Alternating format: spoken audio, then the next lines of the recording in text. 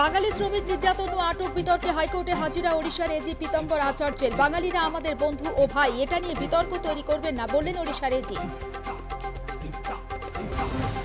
ওড়িশা সরকার সন্দেহের বশে কাউকে আটক করলেও গ্রেপ্তার করা হয়নি। ভারতের নাগরিক কিনা খতিয়ে দেখতে আটক করা হয়, জানালেন ওড়িশার এজি পীতম্বর আচার্য। বাঙালি নিগ্রহ কাণ্ডে ওড়িশা সরকারের হলফনামা তলব করল হাইকোর্টের ডিভিশন বেঞ্চ। ওড়িশার এজি মুখে যা বলেছেন সেটাই হলফনামা আকারে জমা দিতে হবে, নির্দেশ হাইকোর্টে।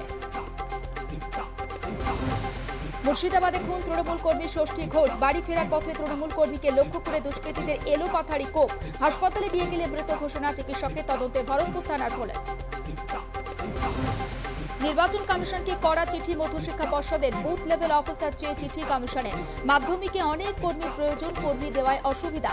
কমিশনের চিঠিতে আপত্তি জানিয়ে পাল্টা চিঠি পর্ষদের। আগে কেন্দ্রীয় নির্বাচন কমিশন নিজে নিরপেক্ষ হোক, তারপর রাজ্যে রাজ্যে নিরপেক্ষ আধিকারিক নিয়োগ করতে হবে। কমিশনের নির্দেশের পরিপ্রেক্ষিতে কটাক্ষ অধীর রঞ্জন চৌধুরী। ভোটার তালিকা সংশোধন নিয়ে সংসদের বাইরে বিক্ষোভ, মকদ্দারের সামনে বিক্ষোভ ইন্ডিয়া জোটের। হাতে কালো রিবন বেঁধে প্রতিবাদ, রাজ্যসভায় মুলতবি প্রস্তাব।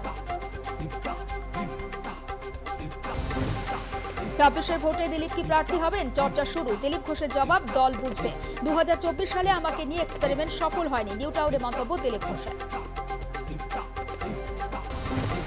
সেন্ট্রাল পার্ক ছেড়ে এবার রামলীলা ময়দান। দিল্লিতে অবস্থান কর্মসূচি চাকরিহারা যোগ্য শিক্ষকদের। 5 দিন ধরে অবস্থান বিক্ষোভ কর্মসূচি দেখাবেন রাজধানীতে। বাঁকুড়ায় বন্ধ সরকারি উদ্যোগে তৈরি হওয়া ফ্লাইব্রেক্স কারখানা। বিনা নোটিশেই বন্ধ কারখানা, কর্মহীন 40 জনেরও বেশি শ্রমিক। 5 বছর চলার পর আচমকা কারখানা বন্ধ হওয়ায় হতাশ শ্রমিকরা। হাওড়া চামড়াইলে ঢালাই কারখানায় আগুন। কারখানার কাজ চলাকালীন অগ্নিকাণ্ড, আগুন লাগে কর্মীদের আবাসস্থলেও, কালো ধোঁয়ায় ঢেকেছে আকাশ।